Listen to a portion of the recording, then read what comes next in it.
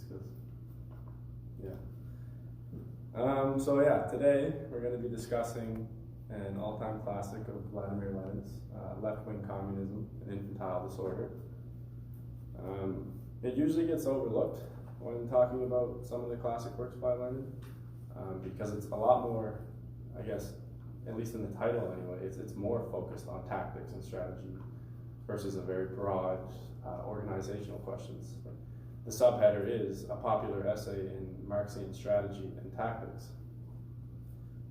However, it's incredibly valuable because it was one of the last real books or major pamphlets that Lenin wrote, and it was after they had already conquered power. It was actually written in late 1920, so this is when the Bolsheviks were actually already in power. And it's incredibly dense and sprinkled through with all kinds of nuggets of information that you can find in a lot of his other works.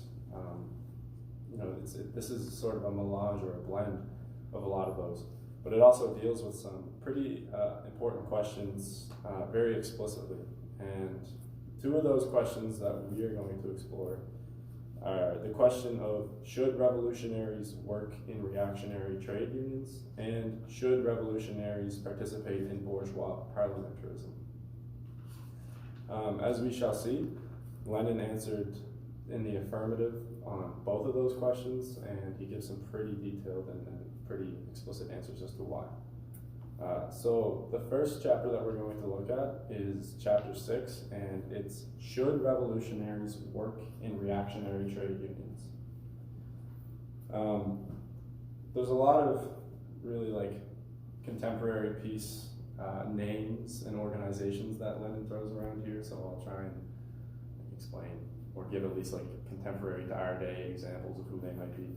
So in this case, he talks about the lefts, or more specifically the German lefts. And what he's essentially talking about is left-wing communists who, what we would say, I guess, due to their own purity or their own stubbornness, refuse to work with people who they deem not revolutionary, who they deem not pure enough, essentially, for them.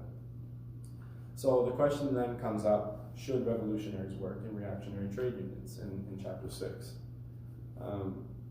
Lenin says pretty well right away, however strongly the German lefts may be convinced of the revolutionariness of such tactics, these tactics are in fact fundamentally wrong and consist of nothing but empty phrase-mongering. And this is what he's saying. He's saying not participating in parliament, not participating in reactionary trade unions, it's just a slogan. There's nothing to it, and no real revolutionary would really take this seriously. So he begins by saying that, while the experience in Russia is valuable, you can't apply everything that they learned because there's different conditions, which this is pretty obvious to us as Marxists. As a study of historical materialism, you understand that different areas and different times have different conditions. But what he does set out to do is to apply to Western Europe, or in our case Canada, whatever is of general application, general validity, and generally binding force in the history and present tactics of Bolshevism.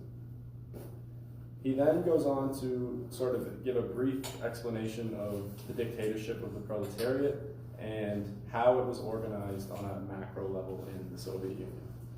So he says the dictatorship is exercised by the proletariat organized in the Soviets. The proletariat is led by the Communist Party, which, according to data of the last party congress in April 1920, had a membership of 600,000. And that's important.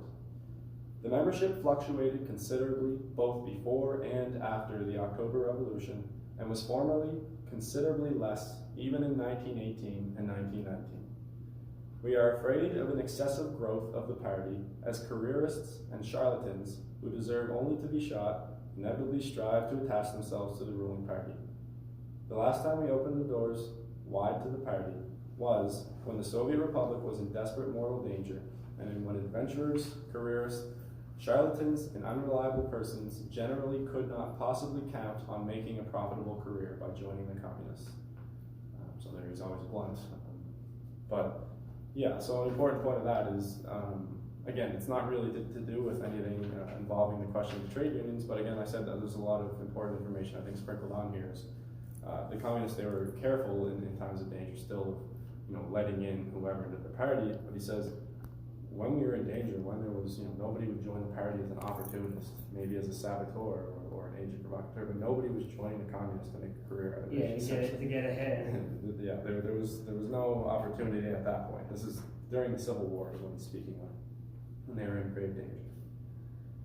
And then he goes on to, again, sort of break down the party structure afterwards, after they had already conquered power. So he says, the party, which holds annual congresses, and the last on the basis of one delegate for each 1,000 members, is directed by a central committee of 19 elected at the Congress, while the current work in Moscow has to be carried out by still smaller bodies, the so-called Org Bureau, Organizational Bureau, and the Politburo, which is the Political Bureau, which are elected at plenary meetings of the Central Committee, 5 members of the Central Committee to each bureau.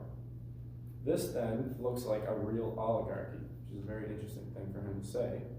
But what he means is, not a single important political or organizational question is decided by any state institution in our republic without the guiding instruction of the Central Committee of the party. Okay, well if you just leave that out of context, that doesn't necessarily sound great if you're just talking to, a liberal. They say, well, that's clearly a bureaucratic party at the top. But he goes in to describe now how these leaders have to come from the workers. And so it's not necessarily like this iron-fisted leadership dictatorship. These leaders have been chosen and selected from the best of the working class.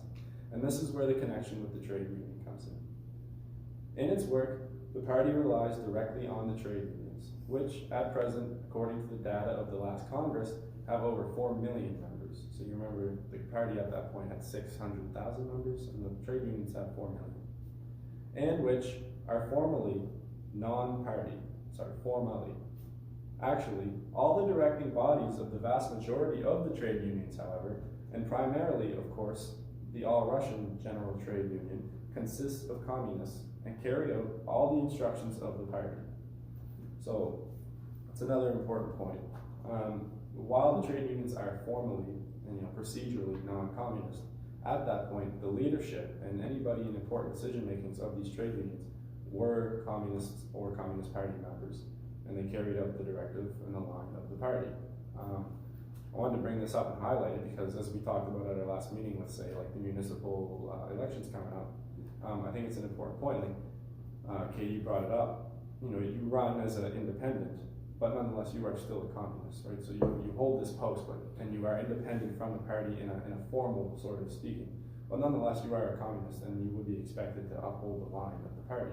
And I think too, if you're running, given the fairly unique platforms that communist parties typically have compared to most of the parties, people are probably going to know you're a communist anyway, even if you're not technically, running as such. Exactly. It's you don't let obviously there are some formalities and laws that you have to play by the rules, but only to an extent, so much that it doesn't hinder you politically or is the right path.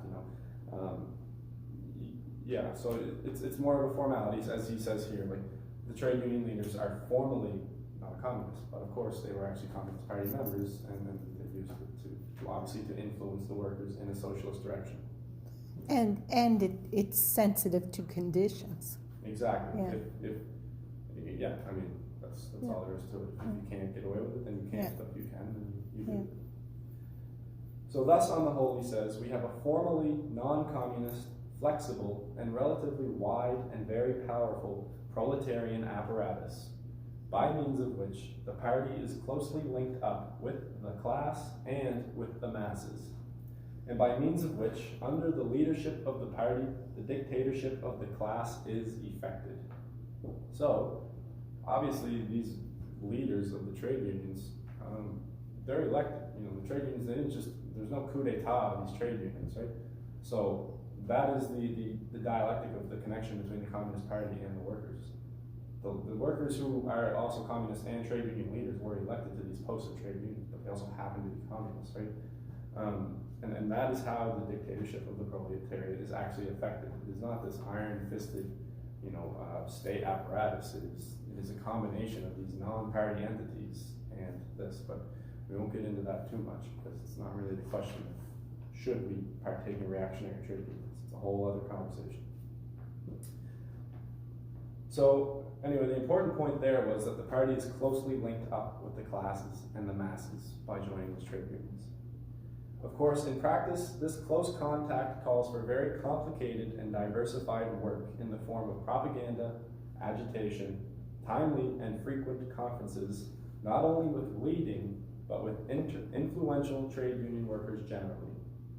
It calls for a determined struggle against the Mensheviks, who in our case would be social democrats, maybe like the NDP, the Greens, although it's not a great comparison or direct, but you know what I mean, opportunists, if you will, who still have a certain, though very small, number of adherents whom they teach all possible counter-revolutionary tricks, from the ideological defense of bourgeois democracy and the preaching of the independence of the trade unions. Independent, of course, of proletarian power is what they mean. I mean, I would say like the socialist elements in the NDP would be the modern day Mensheviks. Yeah, absolutely. They want socialism, they just want it peacefully within the confines of parliamentary democracy. I'm just hesitant to draw direct connections because there's still, there's differences. But yes, to make an allegory or to put it in a framework of contemporary politics, I usually, when I read this, I see Menshevik, I read NDP, something like that. So do you think unions today are independent, or are they? They are independent so much as that they don't have a broad outlook or a revolutionary outlook that encompasses the entirety of, well, revolution, if you will. I mean, they have Lenin describes it, a craft narrowness, where they're really, in a lot of sense, only looking out for their own trade, or only looking out for themselves economically. And he speaks to this in a little bit too. So the point there was working within these, it calls for this diversified work. It calls for propaganda, agitation, timely and frequent conferences with the workers, and a determined struggle against the opportunists, the Mensheviks, the NDP. We consider that contact with the masses through trade unions is not enough.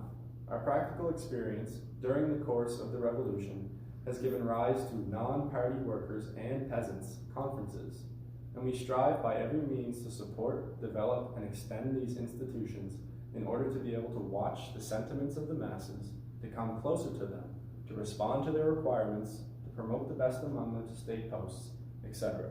So it's pretty self-explanatory, right? I think that's crucial, though. Absolutely. Otherwise, you end up with like the sort of cartoonish idea of the vanguard that people criticize Marxist-Leninists for having, where you're just, your little cadre is the vanguard, but you aren't actually connected to anything aside from each other. Exactly. How could you possibly? Like he says, it's incredibly important because you get to, you can watch their sentiments, see where they're headed, how you can help, and what they need, right? And you can choose from the best of them, promote them, and hopefully recruit them. So then, of course, all the work of the party is carried on through the Soviets, which embrace all toiling masses, irrespective of occupation. The county congresses of Soviets, and through these county congresses, whose proceedings the party endeavors to follow with the closest attention, as well as by constantly appointing class-conscious workers to all sorts of posts in the rural districts, the role of the proletariat as leader of the peasantry is exercised. So again, it's just highlighting the point that, through participating in these congresses, through participating in the county Soviets, for example, which embrace everybody regardless, not everybody, but workers regardless of occupation or political leaning, they can successfully gauge the sentiments of the masses and work with them, and through that lead. And he has a really great passage here, so I'll just quote the whole thing, and it says, "Such is the general mechanism of the proletarian state power viewed from above, from the standpoint of the practical realization of the dictatorship. It is to be hoped that the reader will understand why to a Russian Bolshevik who is acquainted with this mechanism and who for 25 years has watched it growing out of small, illegal underground circles, all talk about from above or from below, about the dictatorship of leaders or the dictatorship of the masses, etc., cannot but appear to be ridiculous and childish nonsense. Something like discussing whether the left leg or the right arm is more useful to a man. they're one and the same, essentially is what he's saying. It's the dictatorship of the leaders is the dictatorship of the masses. The top comes from the bottom. And we cannot but regard as equally ridiculous and childish nonsense the ponderous, very learned, and frightfully revolutionary disquisitions of the German lefts to the effect that communists cannot and should not work in reactionary trade unions, that it is permissible to refuse to do such work, that it is necessary to leave the trade unions and to create an absolutely brand new, immaculate workers' union invented by very nice and, for the most part, probably very youthful communists, etc., etc. So, what he's saying is we can't just leave and start our own. We can't just make a communist trade union. And he goes on to say, basically talks about what we know as Marxists. Capitalism bequeaths us a material reality that we have to work with. And he says, the abolition of the division of labor among people to the education, schooling, and training of people with an all-around development and an all-around training. People able to do everything. That's where we need to go, he says. Communism is marching and must march towards this goal, and will reach it, but only after very many years. To attempt in practice today to anticipate this future result of a fully developed, fully stabilized and formed, fully expanded and mature communism would be like trying to teach higher mathematics to a 4-year-old child. So just what he's saying essentially, right, is that you can't just leave their trade unions and set up this trade union that says you have to recognize the dictatorship of the proletariat or else you're not allowed to join. You can't expect people to make that leap right away from bourgeois craft union workers to that right away. It takes time. So he says, we can and must begin to build socialism, not with imaginary human material, not with human material invented by us, but with the human material bequeathed to us by capitalism. It's very difficult, it goes without saying, but no other approach to this task is serious enough to warrant discussion. He goes on to talk about how the trade unions, of course, at his time, and I mean still in today's time, were incredibly progressive step for the working class at the beginning of the advent of capitalism out of feudalism. But, of course, being products of capitalism, they will show a certain amount of reactionary elements and a certain amount of capitalist features. And so this gets back to what you were saying, do you think they're independent or kind of what their outlook is? And he says, the trade unions inevitably began to reveal certain reactionary features, a certain craft narrowness, a certain tendency to be non-political, and a certain inertness. But the development of the proletariat did not and could not proceed anywhere in the world otherwise than through the trade unions, through their interaction with the party of the working class. The conquest of political power by the proletariat is a gigantic step forward for the proletariat as a class, and the party must, more than ever, and not merely in the old way, but in a new way, educate and guide the trade unions, at the same time not forgetting that they are and will long remain an indispensable school of communism, and a preparatory school for training the proletariats to exercise their dictatorship, an indispensable organization of the workers for the gradual transfer of the management of the whole economic life of the country to the working class, and later to all the toilers. So a bit lengthy, but he says despite their deficiencies, they're just an essential school of communism. What do you think that is? What do you mean? Why do you think they're an essential, or why do you think Lennon thinks they're an essential school of communism? Well, without going so much into detail, he kind of hints at it. It trains you in politics. It trains you in understanding your class position. I mean, if you're in a union, you have a certain amount of class consciousness generally. You understand why you're together generally. You come together as that collective bargaining power. And exercising that collective bargaining power is an act of politics, whether or not you realize it, right? That's the class struggle. And using these unions, fighting in these unions in the class struggle is, it's a school because you're gaining experience in fighting the class struggle through these unions. And as he's shown before, these are the largest workers' organizations. These are generally, and then probably will remain, the forefront or the largest organizations of the working class. So that being said, they will be one of the main organs of any class struggle. So I guess what he's trying to hint at is that through class struggle within the unions, they gain the experience and the leadership that they will need post-struggle in order to lead and manage the economy. Right, whether they're explicating that experience in Marxist terms or not, they're still doing it. Exactly. They might not understand even really what they're doing, but the practical experience is beyond, measurable.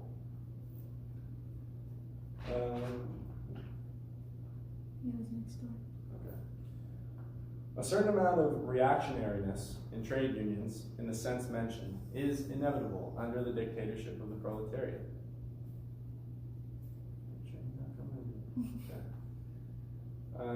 He who does not understand this utterly fails to understand the fundamental conditions of the transition from capitalism to socialism. So he's talking about even after the conquering of power, if you will, of the temporary transitional phase of socialism, the dictatorship of the proletariat. So he says, a certain amount of reactionariness in the trade unions will still exist. To fear this reactionariness, or to try to avoid it, to skip it, would be the greatest folly, for it would mean fearing that the function of the proletarian vanguard, which consists in training, educating, enlightening, and drawing into new life the most backward strata and masses of the working class and peasantry. On the other hand, to postpone the achievement of the dictatorship of the proletariat until a time when not a single worker with a narrow craft outlook, not a single worker with craft and craft union prejudices is left, would still be a greater mistake. The art of politics and the communist correct understanding of his tasks lies in correctly gauging the conditions and the moment when the vanguard of the proletariat can successfully seize power. So what he is saying is that you can't wait until every single worker has a perfect communist outlook to move ahead with the class struggle, and nor can you fear that they won't have that perfect class struggle once you've conquered power. That will be a task for the future, but you can never, as he said in his other writings on Time to Shut It was a State of Revolution, you can never pass up the opportunity to seize power. So he says further, in countries which are more advanced than Russia, which would be Canada at this time, a certain amount of reactionariness in the trade unions has been manifested and was undoubtedly bound to be manifested to a much stronger degree in our country. And I think, without going into too much detail, we can kind of see that. We see how some of the unions around here, they do display a tendency of being reactionary. And one of the greatest examples of that is that we have police unions, which obviously are not working in favor of all of the toilet masses, but I digress. Well, I would even say, are they actual unions? Because most of the police unions are they unions? They're usually brotherhoods or fraternities or... Yeah, I'm not sure. I wouldn't be able to really speak to that. Police, the corrections officers are part of NSGU, and that's a real union. So. Yeah, I think that goes to highlight just some of the problems, the reactionaries, which I would still say is a union, but just one of the developments.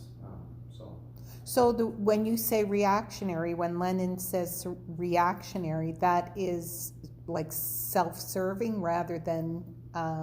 Well, reactionary generally means anti-communist, anti-socialist, not even so much anti-progress, but would actually enjoy turning the wheel of history backwards. I mean, if they could, you say reactionary, you could go back and describe even say the American Civil War. The South was very reactionary. They wanted to not only keep slavery, but further exploit blacks and further export slaves to the North, essentially.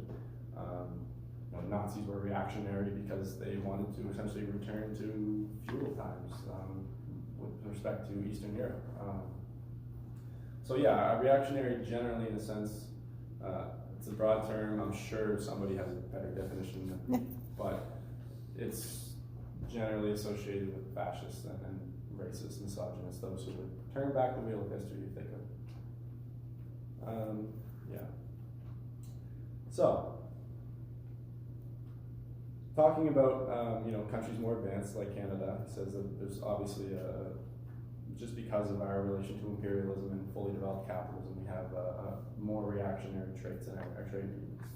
So he says our Mensheviks found, and again, the NDP, our Mensheviks found, and in very few trade unions to some extent still find, support in the trade unions precisely because of the narrow craft spirit, craft selfishness, and opportunism.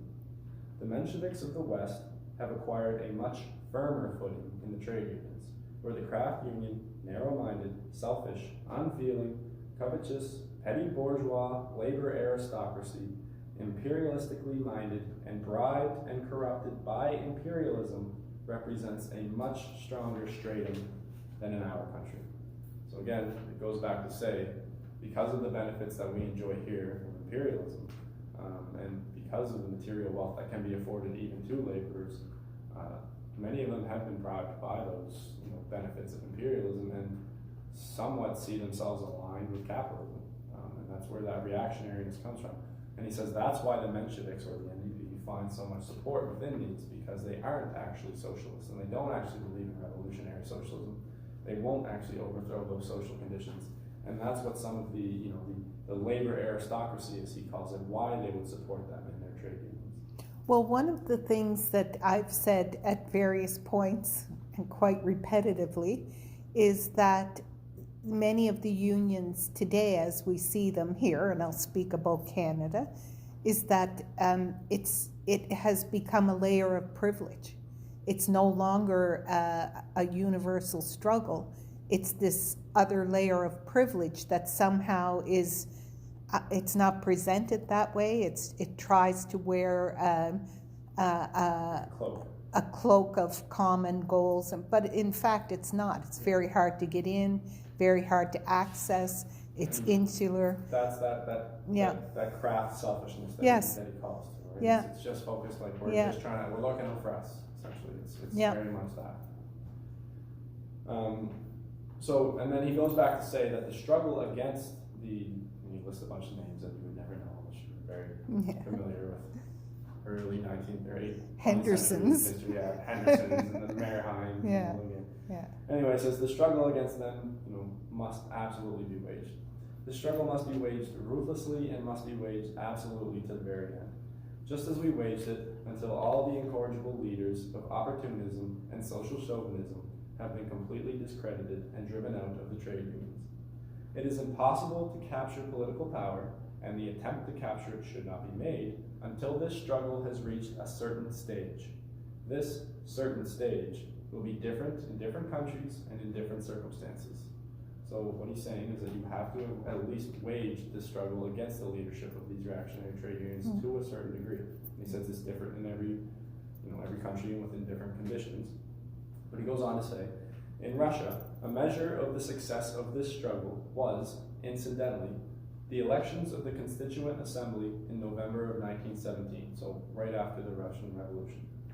A few days after the Proletarian Revolution of October 25th, 1917. In these elections, the Mensheviks were utterly defeated. They obtained 700,000 votes, 1.4 million if the vote of Transcaucasia be added, as against 9 million votes obtained by the Bolsheviks. So I think that's an example. They absolutely destroyed them in these elections. It was pretty clear that they had waged the struggle to a complete degree. So he goes on to say, when we wage the struggle against the labor aristocracy, which we talked about, which is the upper class of the working class, those who benefit the most from imperialism, sort of like labor lieutenants, as he goes on to say. He says, we wage the struggle against the opportunist and social chauvinist leaders in order to attract the working class to our side. Right? By waging this struggle and exposing their social chauvinism, as he calls it, you win the workers to your side. You show them that they're frauds, you show them that they're corrupt, and hopefully they should come to your side. But it is just this stupidity the German left communists are guilty of, when, because of the reactionary and counter-revolutionary character of the heads of the trade union, they jump to the conclusion that we must leave trade unions. So just because the heads are corrupt, the left-wing communists, decide we can't participate in any of it because the heads are corrupt. So he goes on to say, Mensheviks, like all the opportunist, social chauvinist, Kautskian trade union leaders, are nothing but agents of the bourgeoisie in the labor movement. And he says, To refuse to work in the reactionary trade unions means leaving the insufficiently developed or backwards masses of the workers under the influence of these reactionary leaders. So if we don't work in these unions, if we don't work in these organizations, well, we completely leave any of the workers in these organizations essentially to the wolves. We're letting them follow these people off of the cliff. That is, reactionary socialism. That is reformism. So it's essential. This is another one of his essential points, that we can't just leave the workers within these organizations to follow the Mensheviks, follow the NDP. If you want to help the masses and to win the sympathy, confidence, and support of the masses, you must not fear difficulties. You must not fear the pinpricks, chicanery, insults, and persecution of these leaders, but must imperatively work wherever the masses are to be found. And I think that's a very important sentence there. He actually has it italicized. Work wherever the masses are to be found. If you're going to lead a revolution of the masses, of the workers, well, then you have to go to where the masses and the workers are. They're not going to come to you. So I'm going to say something here about that as well, which is another one of my pet, is how in the left, all the fracturing, because you can't work together, and I can't work in that, and I can't do this, and I can't do that, instead of going in and just doing the work. And it ends up you have a left that's totally fractured, and how do you pull it together? Yeah, I think that's a very important conversation. Just briefly, I would say that, yeah, you have to go and do the work, and even if it does, like you said, mean joining an organization like the IWW or Anarchists, and I won't say the word or NDP, join them, or NDP, absolutely, no, we have to. You join them, you preach your message, you do the work, and you show people that you're trustworthy and worth following, and they will come to you. But you have to go to them. You have to. If you have faith in your message, if you have optimism or revolutionary optimism, and actually believe the things that you preach, well, then you can't be afraid to go out and actually tell people this and show them this through the work. And as we've seen throughout history, that's when you go and you do this work and you preach this and you don't submit to opportunism and reformism, the people will follow you. It's, of course, and he lays it out here, it's a lot harder in a country like Canada where imperialism and capitalism are, their roots are so deep. But, with coming crises, with the, inevitable crises under capitalism, and as long as you're out there doing the work, and you have faith in your message, you should expect to see the results of that, right? So you're right. I don't think the point is necessarily to join the NDP and push them left, or to join the IWW, because the IWW does exactly what Lenin said not to do. The IWW is exactly, at the point where they're like, oh, well, because, Unifor is, has a reactionary leadership, then we would like to just have, one big union on an anarcho-syndicalist basis, which, that's nice. They have probably about as many members as we do that are actually involved on a day-to-day basis. Yeah. They do good work. They do. I think the point is that, we do the work with them, that we can work together on, not that we join the IWW, Yes. join the NDP. And also the IWW is doing it. Yeah. They're doing what maybe others in the left are not. And so I can look at that and I can say, I do admire that. I say, look, they're doing it. Look at the success they're having. And how do we influence that, or how do we become part of us? Because it's, again, what I'm saying, the fracturing of the left. There are ways to work together to get there one way or another. Absolutely, and I think that would be a great topic for another conversation, is unity of action. Not so much politics, but unity of action. Everyone coming together on something like an anti-fascist front. Yeah. I will say, and what I mean, say, join the NDP, it's a conditional thing. Like, obviously, we have no intention of reforming the NDP. However, if we can get in, find members that we can influence our way, even maybe throw them away, and direct them to ours, and, well, in a sense, weaken the NDP and strengthen ourselves. It's a conditioned thing. With a trade union of workers, well, that's one that we would just actually like to lead and influence in a communist direction. We know we're never going to get that with the NDP. That's just their foundation. It's not a thing. No, it's not far enough left. But so obviously you evaluate, what you're doing. Like, he has an example here at the end where he talks about the Black Hundreds, and I'll get to that, where they join them and they influence them, but sort of similar. But yeah, so where were we? We were talking about, yeah, so wherever the workers are found, you must overcome every sacrifice and such and such. Because when you do join these things, it will be probably pretty obvious to at least the politically savvy leaders that you're a communist and what you're trying to do. They're going to insult you, they're going to make it hard, but just have to overcome. That is the work of a communist. And the trade unions and workers' cooperatives are precisely organization where the masses are to be found. So he echoes that point. If you want to lead the revolution of the masses, you have to go to them. He then goes on to hit on the point again of people starting this immaculate, he says, workers' union, where the only condition of membership will be the recognition of the Soviet system and the dictatorship of the proletariat.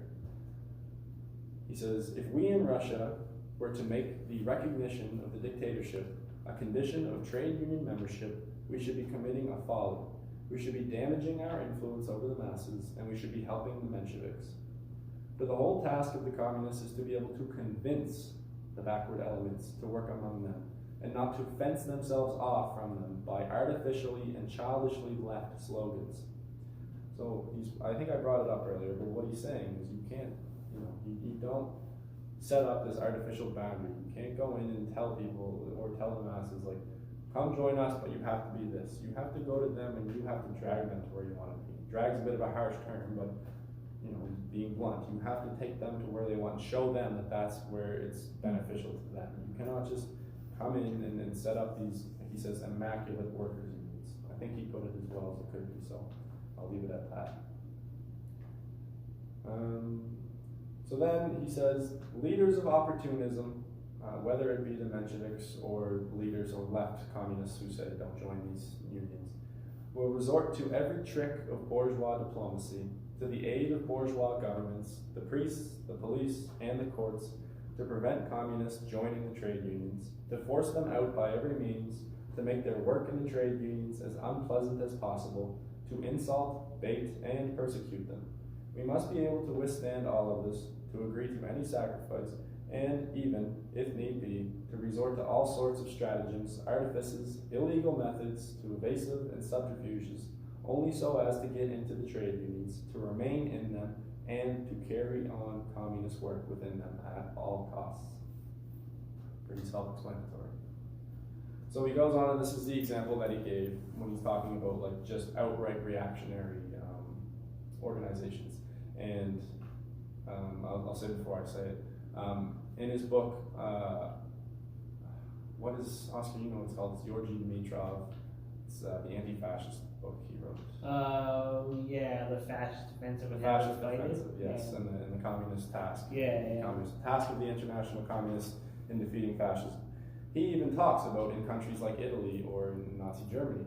He says, yeah, no, full stop. The communists have to join these fascist workers unions, and they have to try and influence, or at least set up circles or something for after the war. I mean, you can't just shirk that just because it's a fascist. Yeah. And you're like, I'm just gonna go start my own tiny, explicitly communist organization that's probably gonna get rounded up and killed really quickly. Exactly.